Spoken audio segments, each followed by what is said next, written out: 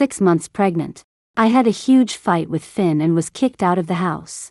I had no money, and sought warmth in a convenience store at the corner of the street. Just as I was staring blankly at the steam from the Odin, a store clerk approached me. "Hello. We have one last bottle of amnesia water left in the store. Would you like it?" I froze, then gave a wry smile. "I don't have money," she said. "It doesn't require money, just something from your body in exchange." Subconsciously, I raised my hand and touched the swollen belly. "Is it okay?" I pushed open the convenience store door. A cold breeze instantly rushed into my neck. I hadn't taken more than a few steps when Finn's voice came from behind. "Lila Chen, have you had enough of this?" I turned around and saw him running towards me. He hadn't even changed his shoes, still wearing his fluffy home slippers. "How old are you?" "Playing the runaway game. I'm 6 months pregnant and still so angry. What if something happens outside at this late hour?" Back then, I would definitely not let him say a word. And we could argue so loudly that the whole street could hear. But today, I just listened silently, too tired to argue with him. He cursed for a while, probably because I was unusually quiet. Instead, he slowly put out the fire and his expression softened. He sighed and reached out to hug my waist, pulling me closer to him. "All right, it's cold outside. Let's go home." Back home, the warmth enveloped my body. He crouched down, replaced my slippers for me, and looked up at me. "Are you hungry? What do you want to eat? I'll cook it for you." I shook my head. "Not hungry." But he frowned. "You didn't eat anything last night because you were angry. How could you not be hungry? If you're not hungry, the baby inside you still needs to eat." He didn't even wait for my response and walked straight into the kitchen.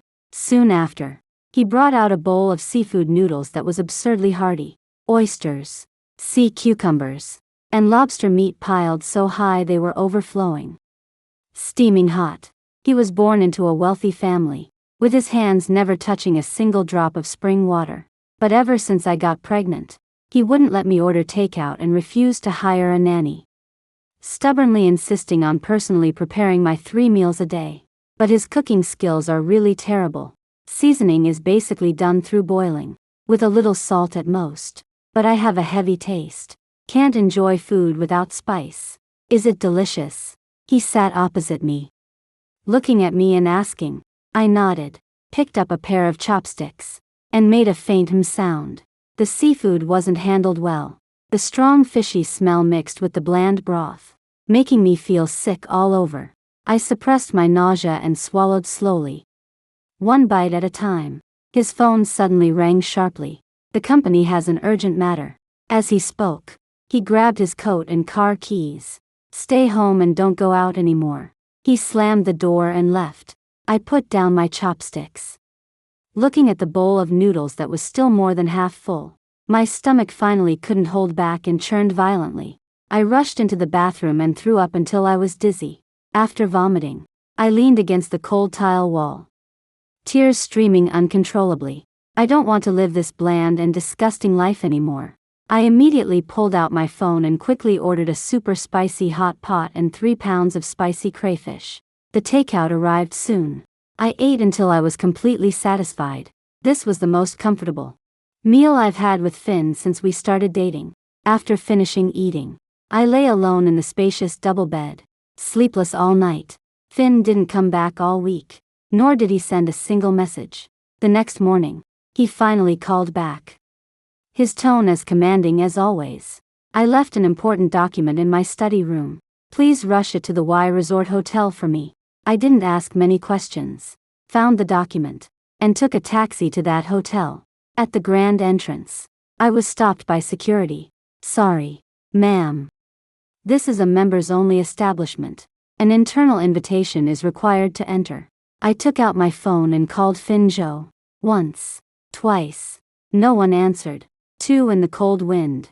I tightened my down jacket and waited for nearly an hour. When my feet started to feel numb from the cold, I saw Finn Zhou's assistant, hurrying out from inside. Apologies, madam. Mr. Zhou is in a meeting." He apologized repeatedly. He took me to a large villa, saying that Fin Zhou has been working here these days. When Fin Zhou saw me, his brow tightened immediately. Why are you dragging your feet so long to send a file? Can't even handle such a small task. I arrived a long time ago, but couldn't get in through the door. I called you many times. I tried to explain. He just wouldn't listen and impatiently interrupted. All right. Stop making excuses. In your condition, you still think about going out to work. You can't even deliver documents properly. What else can you do? My heart felt like it was pricked by a needle.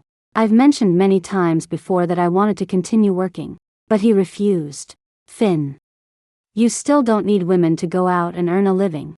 Just stay at home and relax. I took a breath and suppressed my emotions. The document has arrived. I'll head back first if there's nothing else. What's the rush? His tone softened a bit. Go wait in the office.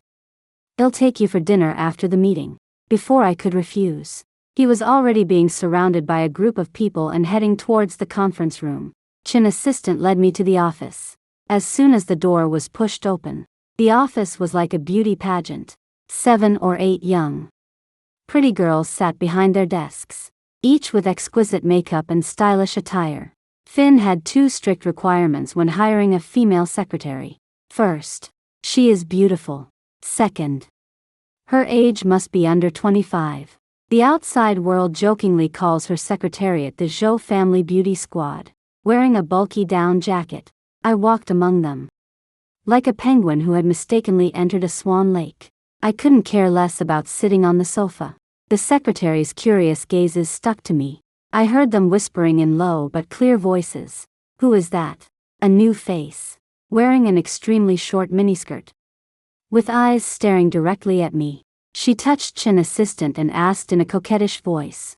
Chin assistant, who is this? Chin assistant whispered. This is the wife of General Zhou. That little secretary's eyes widened instantly, and she spoke a little louder in astonishment. Mrs. Zhou. Is she a celebrity? Why is she covered so tightly? Assistant Chin shook his head. No. That little secretary pouted. Sour and mocking tone. Oh, not a celebrity. Not a celebrity, and still wearing a hat and mask. So dressed up. Afraid people will recognize you. Huh. The other girl next to her gently pulled her.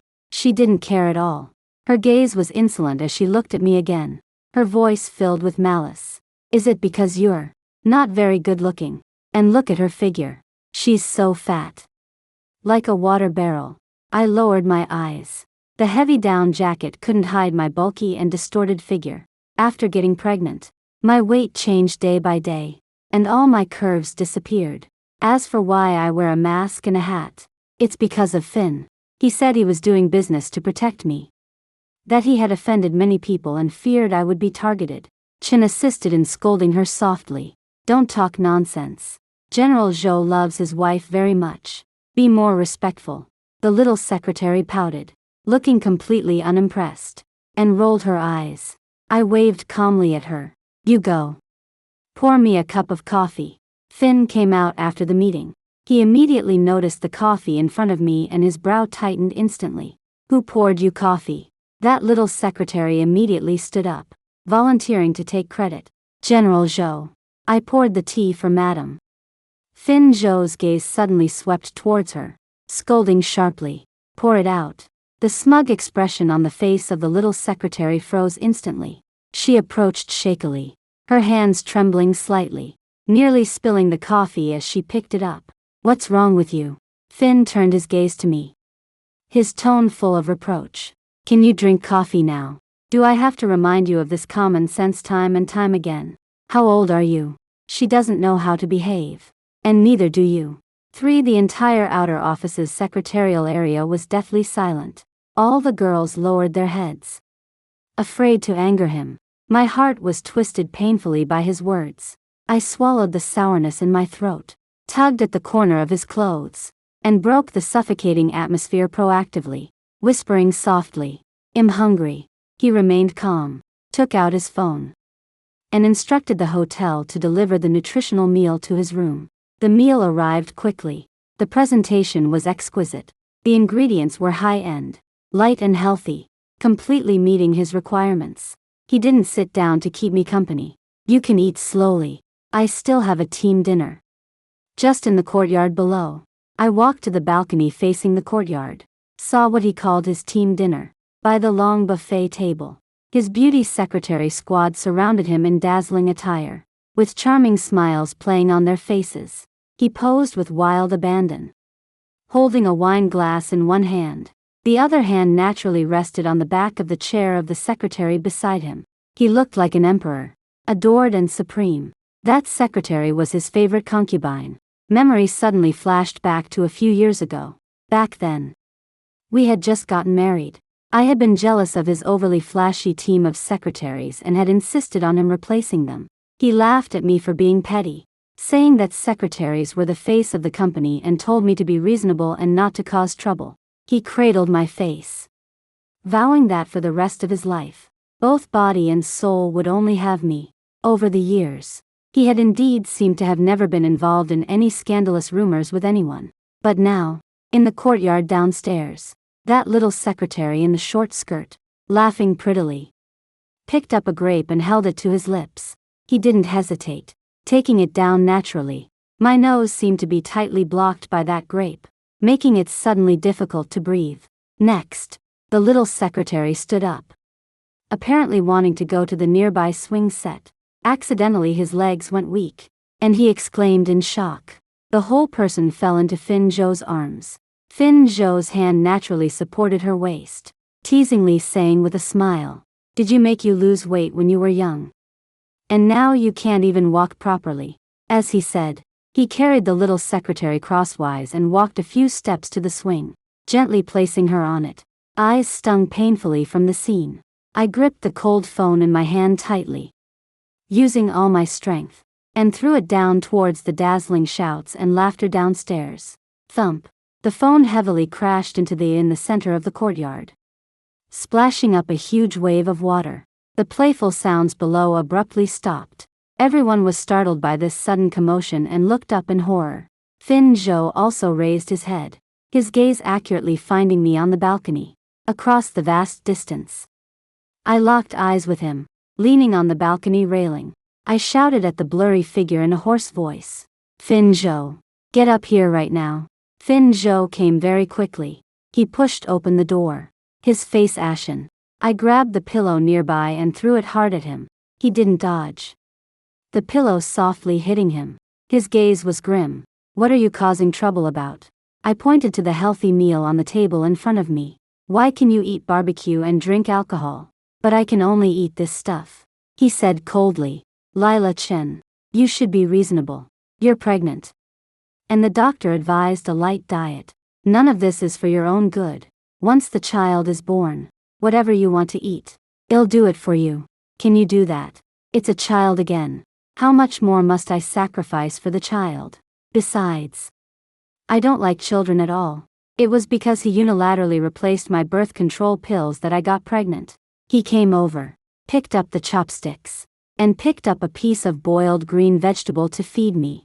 His tone softened, as if coaxing a mischievous child. "Ah. Open your mouth." I abruptly turned my head, avoiding the green vegetable, and tears uncontrollably welled up. Child, is that all you see? Because of this child, I don't even have the freedom to eat, for I am a living person, not your breeding machine." Fin Zhou's expression darkened completely as he heavily put down his chopsticks. "You're also going to be a mother. Can't you stop being so willful and reckless?" He sat beside me, reaching over and forcefully twisted my shoulders. "Calm down. Stop playing around. Just endure for another 4 months. And the baby will be born. After having this child, we won't have any more." He picked up the bowl again, scooped a spoonful of rice, and brought it to my lips. His gaze was stubborn, as if he wouldn't stop until I finished eating. I couldn't resist, so I opened my mouth and mechanically swallowed the tasteless food. He just did, feeding me bite by bite, almost forcing me to finish the meal. "You're so good." He finally seemed satisfied, raising his hand to touch my head, but I subconsciously dodged it. His hand froze in midair, his gaze dark and heavy. A cautious knock came from outside the door. The little secretary from before pushed open the door and peered in halfway, holding a plate of bright red hawthorns. Mrs. Show. This is freshly air-freight hawthorns. Sweet and sour. Perfect for stimulating the appetite. Would you like to try some?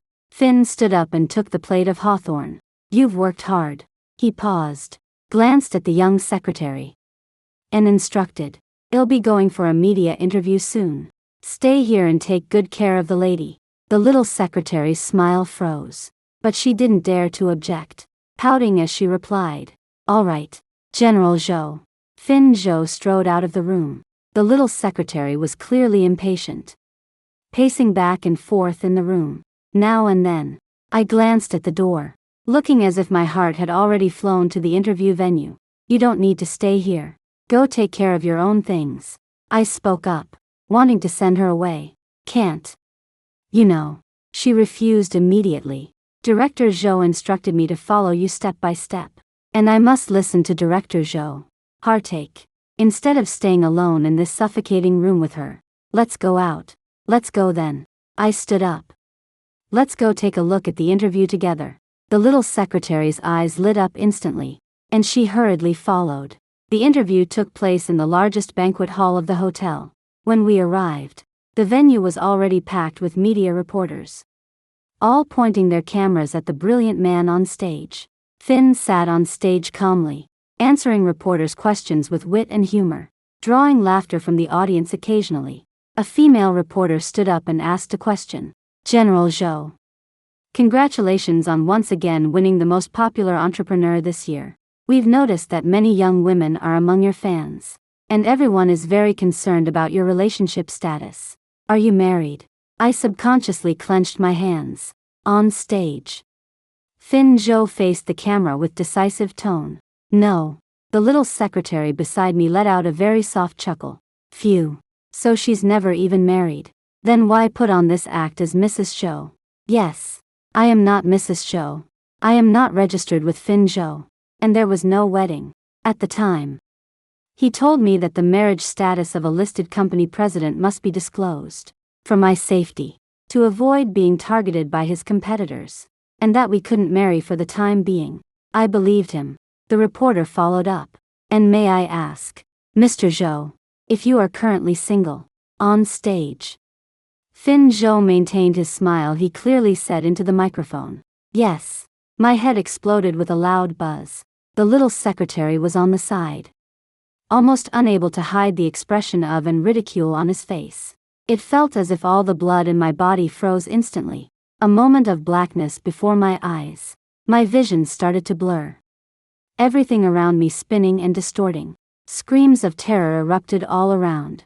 Someone fainted, lost a lot of blood, before my consciousness completely plunged into darkness. I seemed to hear Finn's terrified scream, tearing through the distance. Wifey.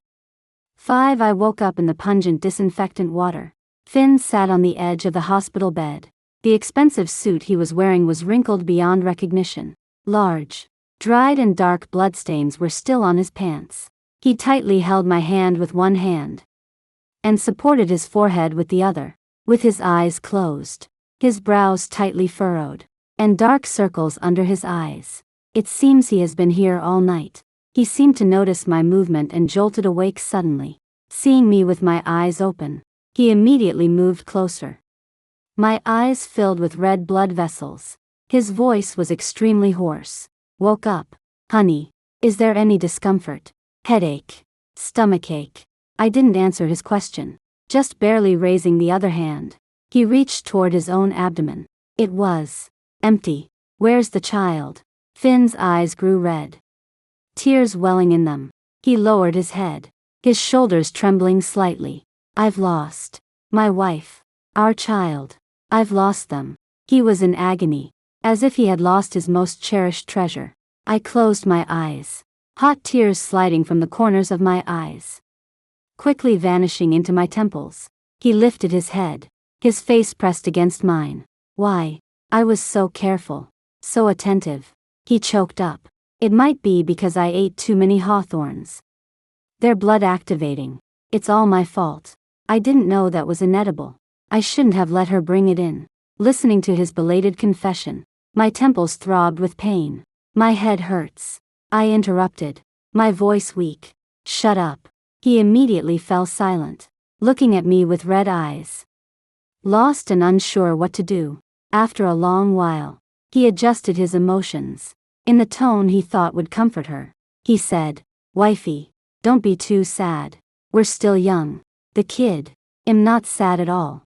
I opened my eyes and calmly interrupted him. He froze, as if he hadn't expected me to say that. "It's okay. We will still have children when your body has recovered. Next time. I don't want to have children anymore." I looked at his eyes and clearly repeated it. His mouth opened and closed, as if he didn't understand what I said. He looked at me with a complex gaze. I knew what he was thinking. He is fundamentally a very traditional and even conservative man. The perfect blueprint for life is a loving wife and children, a harmonious family. When he was first diagnosed with pregnancy, he was as excited as a teenager, personally renovating 2 children's rooms. One was painted sky blue, filled with toy cars and dinosaurs, and the other was painted pink, piled high with Barbie dolls and plush toys. Then he held me, his tone filled with unprecedented contentment. "Whether it's a boy or a girl, we'll only have this one. We will give it all our love. Now, those 2 meticulously prepared nurseries will never have their owners. This miscarriage was just a coincidence. Next time, I'll be more careful. Take better care of you." He tried to persuade me. "I don't want children anymore." I repeated it for the 3rd time. Finn looked at me, his gaze gradually dimming, becoming obscure. He looked at me, his eyes bloodshot. After a long while, his voice was hoarse, almost inaudible. "All right. As you say, child. We don't need it anymore." He paused, as if he had made a great decision. "Once you're discharged from the hospital, I'll get the sterilization surgery done. I won't let you suffer anymore." I forcefully pulled my hand out of his palm, turned over, and faced away from him. "I'm tired. Want to take a nap? You can leave." A barely audible choke escaped his throat. "All right. I won't bother you anymore." He stood up and tucked the corner of the blanket for me. "Rest well. I'll go home and get you some clothes to change into." I stayed in the hospital for 3 days. Finn Joe always thought I wasn't recovered yet and wanted me to continue living there, but I really couldn't stand and the smell of disinfectant and insisted on getting discharged. Returning to that spacious and cold home, a thought suddenly ed up in my mind. I want to go back to my hometown to live for a while. 6. My hometown is a quiet coastal town. Finn didn't hesitate. "Okay. Once I finish this acquisition case I'm handling, I'll go back with you. It'll be like a getaway. I don't need you to come with me. I'll go back by myself to clear my head." His expression stiffened, and he carefully observed my face. "Sweetheart, have you been angry with me? Do you think I haven't taken good care of you and the kids?" I pulled at the corner of my mouth. "No, don't think too much." After a moment of silence, I continued, "Also, I want to buy a house in my hometown." "Okay." He immediately agreed, as if eager to make up for something. "I'll handle it. You can choose wherever you like." The next day, he had everything arranged. A luxury top-floor apartment with ocean views on the first line. The keys were handed directly to me. On the property deed, only my name was written. Next, he transferred a huge sum of money to my card through a complex network of overseas accounts. The notification sound of the SMS came on, and I stared at the long string of numbers. Stunned, he explained in a voiceless tone, his smile bitter and desolate. It was supposed to be an education fund and upbringing expenses for the child, but they won't need it anymore. Take it. Spend it freely. As he said this, a tear traced a path through the corner of his eye. I looked at the cold notification on my phone screen. Suddenly, I felt as if my eyes were stung. Burning hot. Burning hot. I gazed at the man before me, who had grown gaunt, and asked softly, "Finn Joe, can you eat spicy hot pot with me?" In the hot pot restaurant, the pungent aroma mixed with steam washed over my face. "Boss, is there a private room available?" I asked, wearing a mask. The busy boss didn't raise his head. "Gone already. We'll have to queue. There's still one empty spot in the main hall. Finn pulled my hand, saying, let's just sit in the main hall. It's fine. I looked at him in surprise. Before, when we went out together, he never allowed us to sit in the main hall. He would always frown, saying it was too noisy and chaotic, lacked privacy, and we had to sit in the best private room. This time, I shook my head instead. No, let's wait for the private box instead. I avoided his touch. Fewer people. It's quieter. His face is too recognizable. I don't want to be caught by anyone at this moment. I waited for over an hour before finally getting a small private room. The red oil base quickly boiled, with dense chili peppers and Sichuan peppercorns swirling. Finn only ate a few bites before tiny beads of sweat broke out on his forehead. Burning hot. I gasped and downed a whole bottle of iced water in one go. How about switching to a couple's pot? You can have the clear soup side. Seeing his disheveled appearance, I suggested. No need. He refused quickly and picked up another piece of beef roll to put into the red soup. I need to practice. I can't always have you accommodate me with clear soup in the future. The spicy steam made my eyes moist. I accidentally inhaled a mouthful of spicy oil, coughing violently, and even tears welled up. Finn immediately put down his chopsticks and nervously handed me a glass of water, gently patting my back. Eat slowly. Drink some water to ease it. He didn't eat much, and his thin lips were already swollen and red, as if stained with blood. Just as I lowered my head to scrub a piece of tripe, he suddenly spoke up. I'm going on a business trip tomorrow. Let's go get the certificate when I come back. My hand holding the tripe froze in midair. He was very enthusiastic. I consulted a master and he said next Thursday is a lucky day, the last good day of the year. As he spoke, he opened his phone to show me. On the phone screen was a highly elaborate and exquisite design for a wedding dress. After we register, we'll have the wedding. I've already had the Italian side rush a custom order for the wedding dress. Take a look at this stylito, you like it?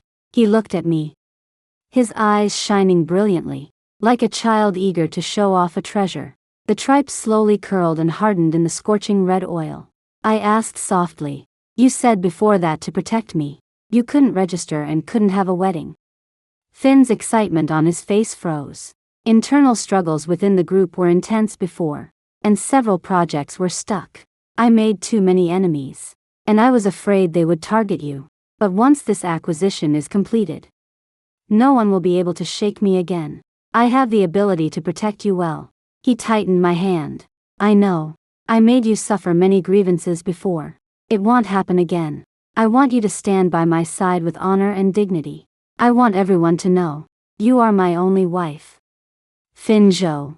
7. That overcooked tripe sank into the bubbling red oil, instantly disappearing. Next Thursday. Okay. I stared at the pot, my voice light. Finn smiled broadly that week. Eagerly, he pushed the phone closer to my face again and asked, do you like this wedding dress? I glanced at the luxurious wedding dress on the screen and nodded with little emotion. It's quite good. I'll have them speed up the process right away.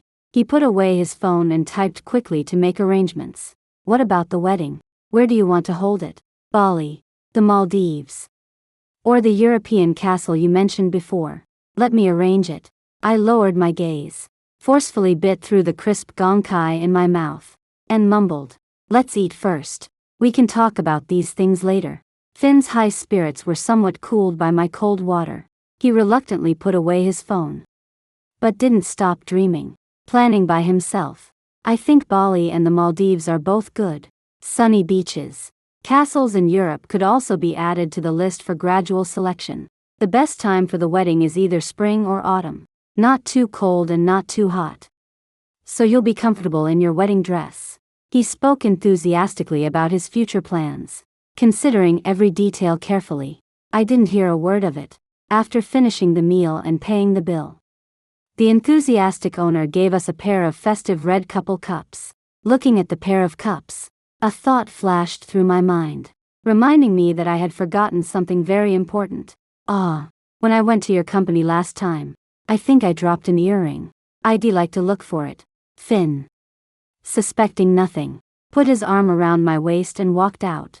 Okay. Perfect. I was just going back to the company to get some documents. The Zhou building remains brightly lit in the night. I walked straight to Fin Zhou's desk and pretended to look down at my desk. Did you find it? He asked, walking over with some documents. I shook my head. No.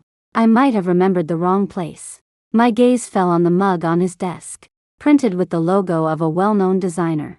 Fin Zhou. Where is that mug I gave you before? It was the one I secretly made at a pottery studio with my own hands for our 4th anniversary. A pair of cute and quirky couple mugs. One featuring a fierce little tiger with his name written on the bottom. And the other a little squirrel hugging a pine cone with my name on it. I remember back then I gave him the tiger cup, but he insisted on taking away my squirrel cup which belonged to me. This looks like you. I want this, so that I can think of you every time I drink. Fin froze for a moment, then seemed to just remember this. Oh, you mean that handmade cup? Nora liked it, so she traded this limited edition one with me.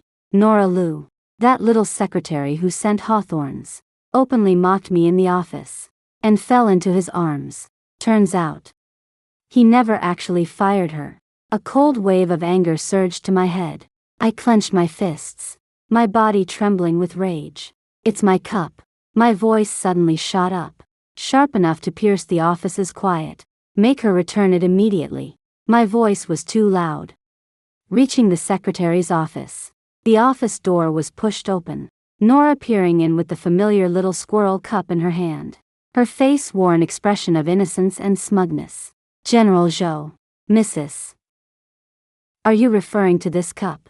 I rushed forward abruptly, reaching out to take back the cup. Nora seemed startled by my action, gasped, and her wrist slipped unintentionally. Clack. The cup crashed heavily onto the floor, shattering instantly into pieces, splattering everywhere. Nora Lu covered her mouth, her eyes quickly misting over. Her voice was timid and pitiful, filled with complete grievance. I'm sorry, Mrs. Zhou. I didn't mean to. I looked at the scattered pieces on the ground, especially since the bottom of the cup was already shattered beyond repair. I inexplicably felt a sense of relief. Before I could speak, Fin Zhou suddenly acted like a cat whose tail had been stepped on, shouting loudly at Nora Lu, who stood at the door. Are you useless? You can't even hold a cup properly. The fury and tenderness in his voice were unmistakable, as if the cup were some priceless treasure. I was taken aback by his overreaction. Fin abruptly crouched down, trembling fingers reaching for the sharp pieces of broken ceramic, bit by bit, carefully, as if still hoping to piece it back together. Nora Lu was completely stunned, her face as white as paper, probably never having seen Fin Zhou get so angry at her. General Zhou. Shut up. Fin Zhou didn't even raise his head, his tone icy. Sharp edges of the broken porcelain. His finger accidentally got cut by a gash. A drop of blood instantly welled up, falling onto the white porcelain piece, standing out strikingly. I stepped forward, grabbing his wrist. Don't pick it up. He stubbornly tried to break free. No, this is what you made. I wore a stern face. My heart remained calm, even feeling a bit like laughing. Didn't you cherish it when it was good? Now that it's broken, you're suddenly acting all deep affection. He abruptly looked up at me, his eyes filled with shock and deep hurt. I didn't have the heart to appreciate his expression, impatiently urging him on. Quickly go wash your hands and bandage them. I'm tired. I need to go rest. He reluctantly let go, slowly standing up. All right, you sit and wait for me. I'll be back soon. As he passed by Nora, whose face was ashen, he didn't stop, only leaving behind a cold remark. You're fired. Complete all your work within today and then get out of the company. Never let me see you again. Nora's legs went weak, and she almost collapsed to the ground. But this time, Fin Zhou didn't even spare her a glance, let alone reach out to help. She finally managed to steady herself by holding onto the table. I didn't look at her again and turned to an assistant beside me. Could you please ask the cleaning lady to come over and thoroughly clean up this pile of trash? I stood nearby, watching the lady sweep every last bit of debris into the trash bin, ensuring nothing was left behind. Then, I said to Assistant Chen, "I've split up with Finn. Don't mention me in front of him from now on." Chen's face showed great surprise.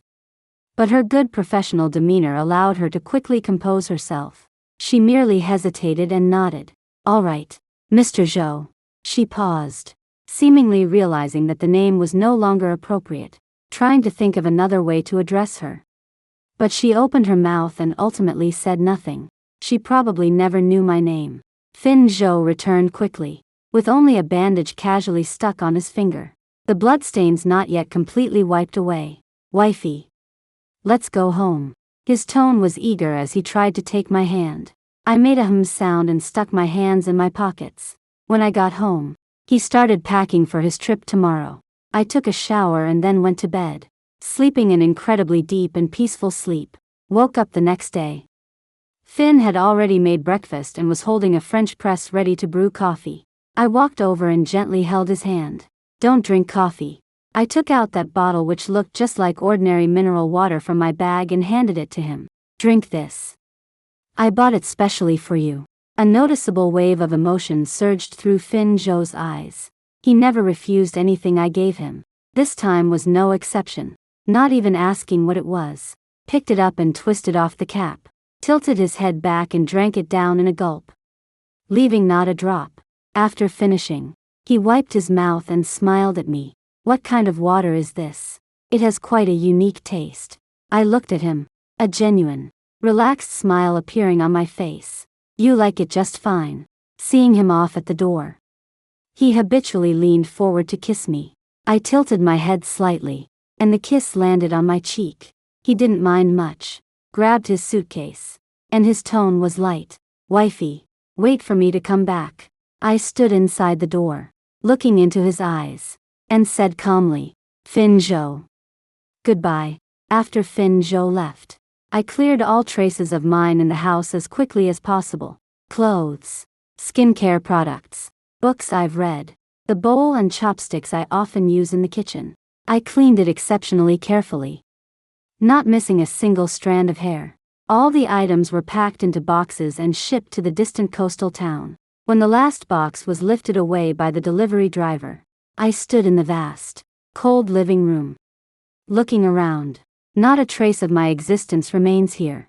Winter in my hometown is very warm, even in December. The temperature still hovers around 20 degrees. The wind mixed with the taste of the sea feels very comfortable on the body. I opened a small cat cafe. The cats in the shop were all well cared for, with glossy fur and affectionate personalities, quickly gaining fame among the young people. And the business was good. On a perfectly lazy afternoon bathed in sunshine, I was napping on the sofa by the window, holding a ragdoll cat. The sun made both me and the cat feel warm and cozy. The doorbell tinkled softly. "Welcome."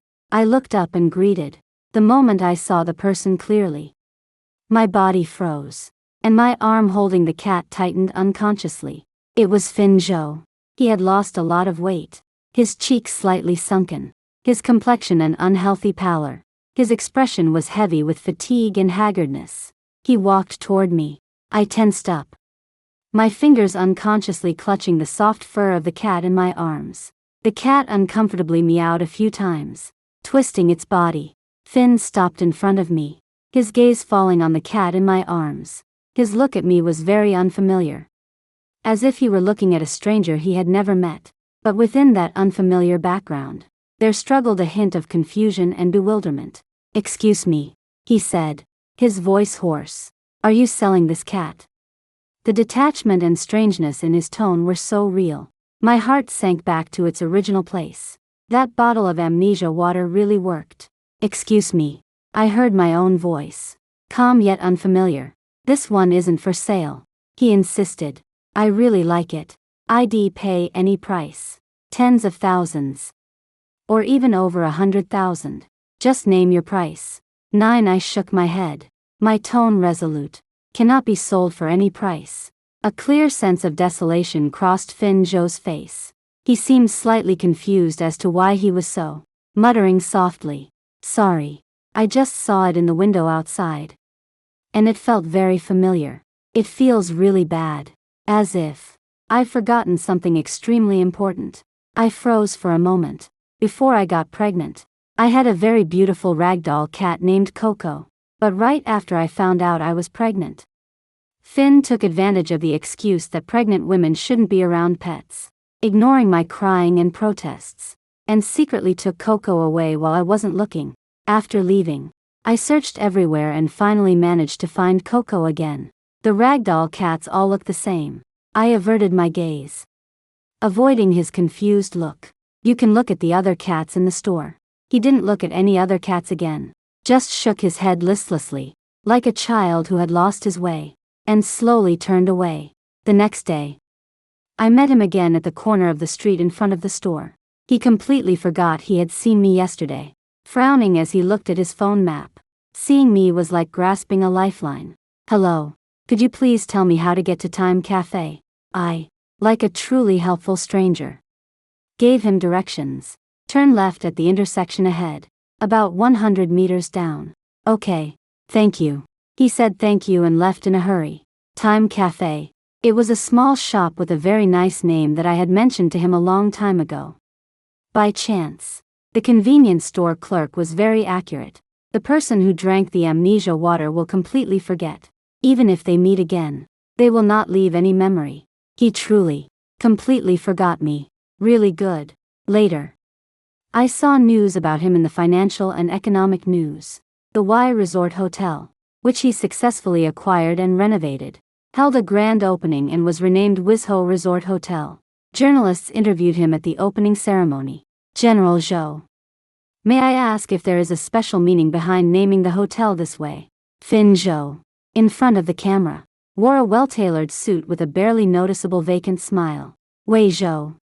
It's the name I gave my child. This hotel is a gift I gave to my child.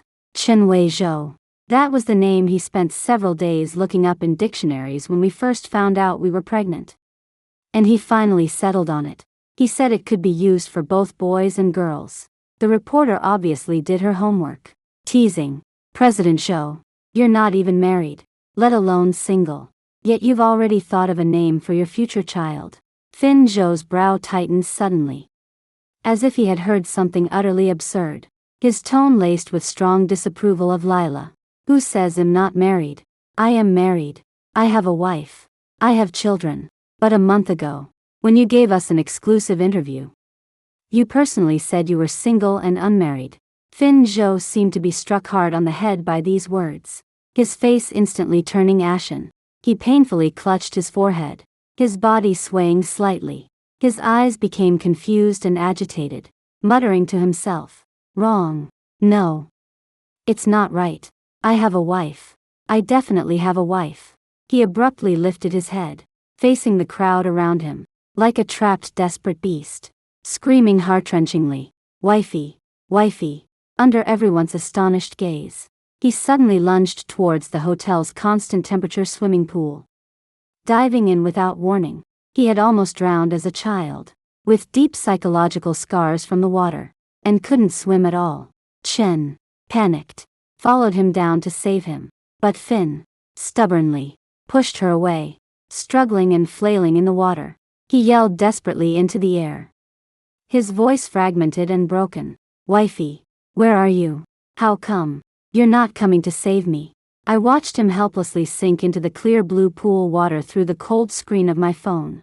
I remembered our first meeting. It was also in such water that he jumped into the sea out of Tapai. After his parents' death. It was me who jumped in and saved him. He fell in love with me then, obsessively enclosing me in his world. "Darling, you saved me. I love you." But his love was not what I wanted. This tangled and confusing fate began with water. Now, it's finally water.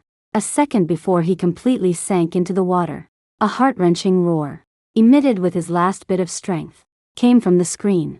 "Wifey." Later, I intermittently heard some rumors about him. They said, the young president of Zhou Corporation suffered from an extremely severe hysteria.